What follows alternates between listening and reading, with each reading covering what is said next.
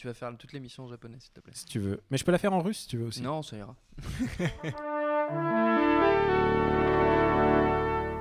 Bonjour. C'est moi Orson Welles. J'aime pas trop les voleurs et les fils de pute. Salut, c'est Nos Ciné, votre rendez-vous hebdo avec le cinéma qui cette semaine a mis un tigre dans son moteur et file à vive allure sur les traces du Transporteur qui nous revient au cinéma sans Jason Statham qui passe la main à Ed Skrein pour Transporteur Héritage, l'occasion aussi pour nous de nous balader un peu dans le catalogue hétéroclite et assez mal aimé, il faut bien le dire, d'EuropaCorp, l'Empire de Luc Besson. Et pour en parler autour de la table, ils sont trois Charline Roux, salut Charline. Salut Thomas. Pia Jacquemart, salut et bienvenue chez nous, c'est ta première. Bonjour, merci. Et Daniel Andreev, salut Daniel. Salut. Allez, chauffeur, si t'es champion, j'adore ce titre, c'est Nos Ciné épisode 20 et c'est parti. Monde de merde. Pourquoi il a dit ça? C'est ce que je veux savoir. Ouais, je me jette un peu des fleurs, c'est cool. Après 7 ans d'absence, Franck Martin, alias le Transporteur, est de retour au cinéma. Il a entre-temps trouvé une nouvelle existence sous forme de série télé. Jason Statham a lâché l'affaire. Il est remplacé aujourd'hui par Ed Skrein, qu'on a vu dans Game of Thrones, encore un, pour ce préquel de la trilogie initiale, toujours aussi burné, il n'y a pas d'autre mot, qui nous re-raconte les aventures de Franck Martin, le chauffeur-livreur le plus bourrin de l'univers connu, embarqué dans un braquage et une sombre affaire de vengeance. Tu crois que c'est la première fois qu'on me menace avec un flingue? Tu vas me mettre en retard. Et je déteste être en retard. Il n'y a pas à dire, la VF c'est toujours aussi bien réussi. Nos trois amis autour de la table ont vu Les Petits Chanceux Transporteurs Héritage. Qu'en avez-vous pensé, Pia?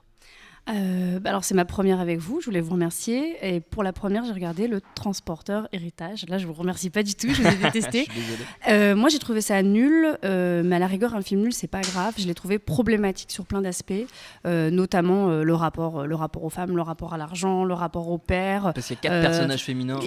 Complètement. Tu fais le procès de tout Europa là déjà. Non. Alors attends, il y a quand même quelque chose que je retrouve en général dans les films, au moins coécrits par Besson, c'est ce que j'appelle le féminisme plouc. C'est-à-dire qu'il les représente un petit peu comme des prostituées, ces héroïnes, mais au moins elles se bagarrent, elles font progresser l'intrigue. Là, les 4 cruches, elles sont insupportables. Et alors franchement, si on trouve ça badass de porter aujourd'hui une perruque blonde mal coupée et d'avancer avec des talons aiguilles et des flingues, c'est vraiment la honte, quoi. Moi, j'ai trouvé ça vraiment horrible. Charline. Et au-delà de ça, elles sont très très mal filmées. C'est-à-dire que c'est censé être des sex symboles complètement bombasses. Il réussit quand même à les rendre, je dis ça devant des garçons, c'est horrible, moyennement attractives. Mais surtout, le film, c'est très étrange. Moi, j'ai beaucoup ri. Je pense pas que c'était le but. Et c'est un peu mâchoire serrée et duckface sur la Riviera, quoi. C'est-à-dire que tout tient sur 2 expressions, hein, quand même. On est tout en cul de poule, que ce soit le héros comme les héroïnes.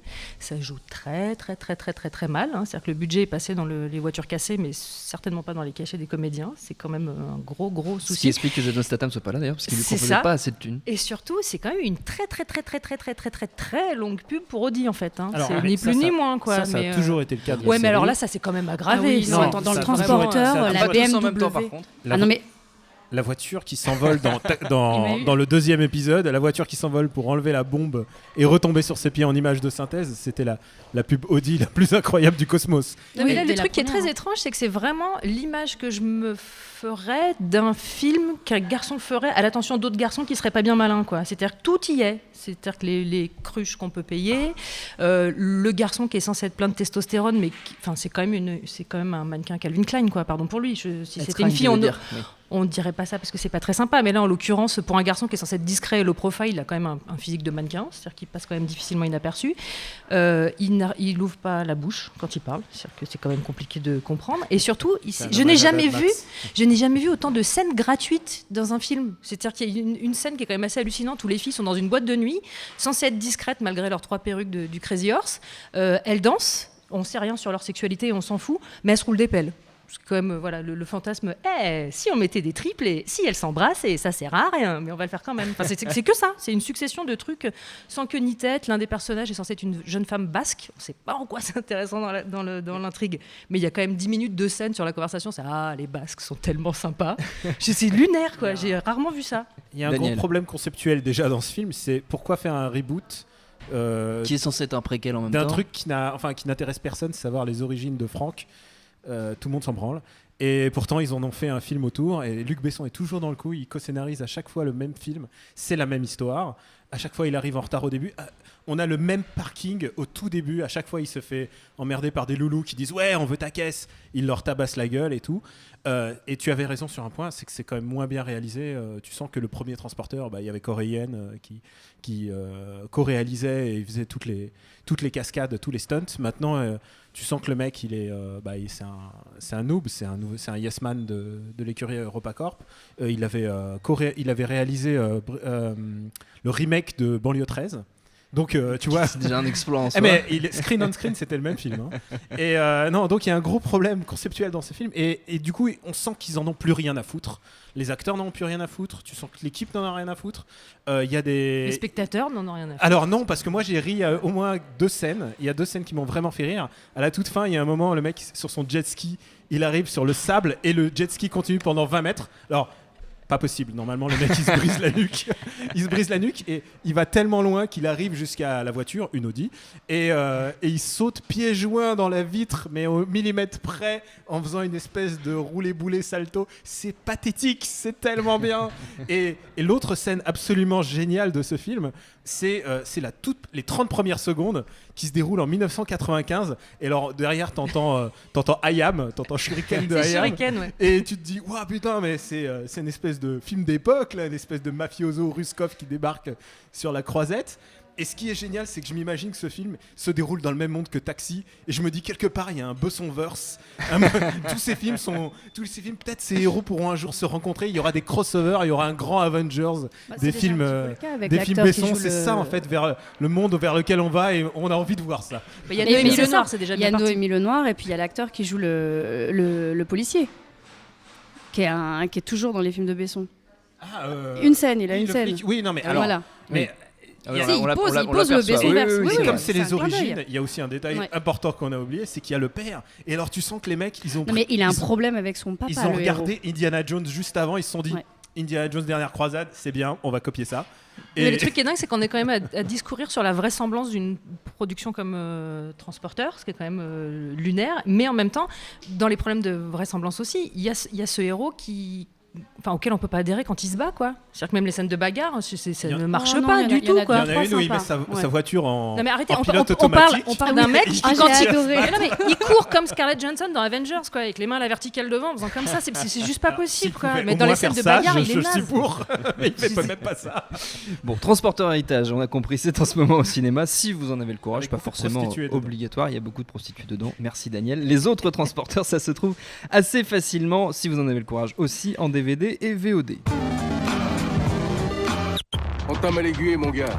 Ici, c'est pas Monaco, c'est Bagdad. « 17 ans d'existence, 23 ans si on compte la première aventure que fut Lilou Productions et un catalogue aussi imposant que foutrement varié pour EuropaCorp, le grand tout dans lequel sont rassemblées les affaires de Luc Besson. Et la première fois officiellement qu'on a commencé à en parler, c'était avec ça, souvenez-vous.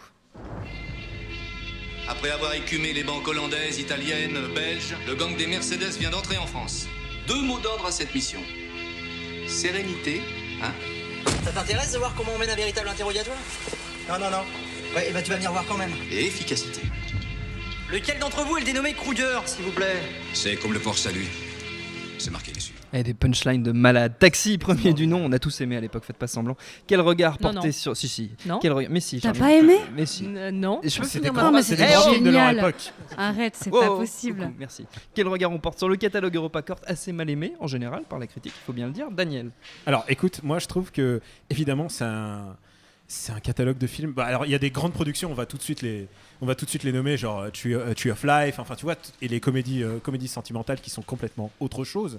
Mais quand on parle EuropaCorp, on pense tout de suite aux actionneurs un peu débiles, on pense à la saga Taxi, on pense à Taken, on pense à tous ces trucs qui sont tous co-scénarisés par Luc Besson. Je sais pas qui est ce type, quelqu'un en a entendu parler, je ne sais pas. Il est dans toutes les coproches, je ne sais pas comment il fait pour signer à chaque fois un scénario aussi pourri.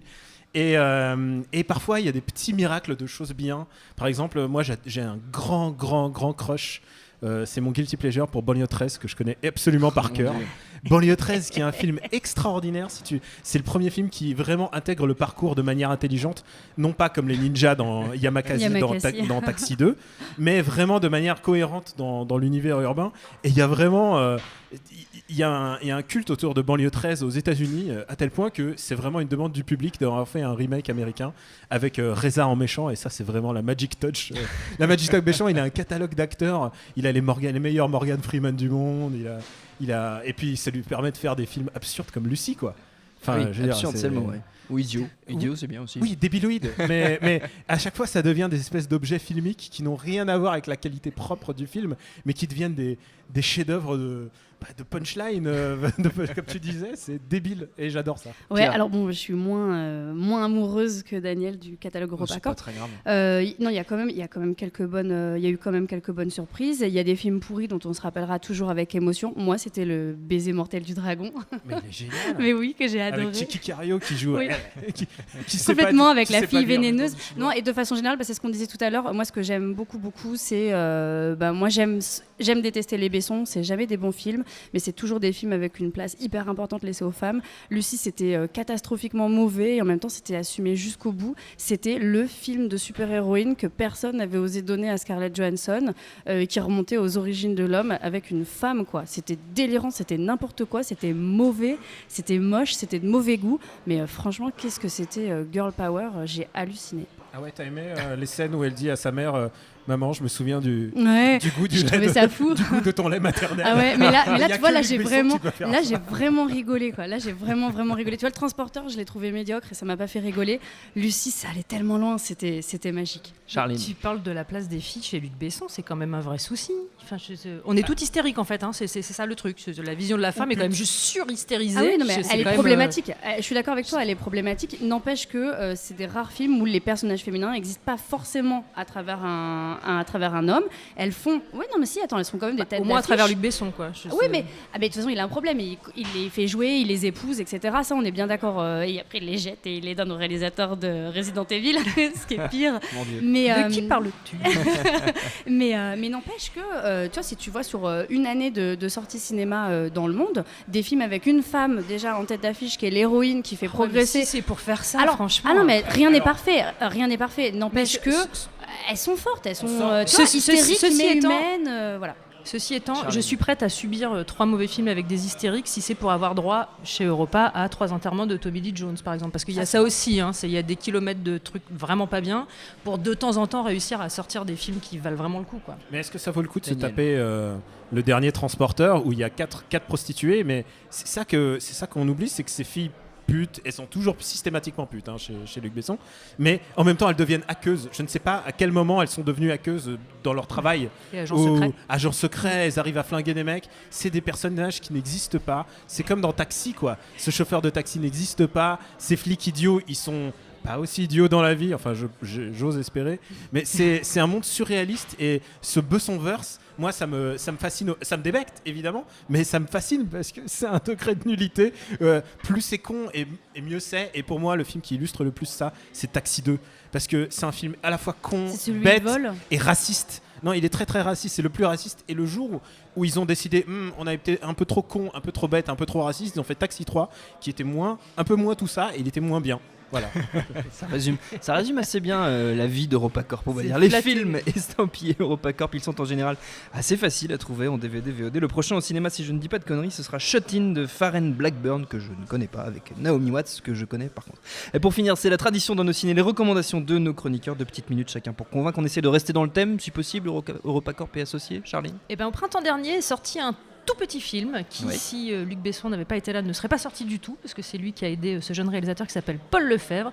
C'est un road movie un peu comédie romantique, un peu rafistolé, un peu branque, mais assez mignon.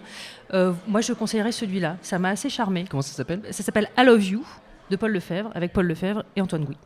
Daniel. Alors moi, évidemment, j'ai déjà cité mon amour pour Banlieue 13, donc je ne vais pas revenir dessus. Non, s'il te plaît. Donc alors, moi, je vais en choisir un au pif, comme ça. Je prends Lockout, qui est sorti il n'y a pas si longtemps. Et Lockout est une bêtise géniale, parce qu'en fait, c'est une prison dans l'espace. Et grosso modo, ils envoient Bruce Willis, joué par Guy Pearce.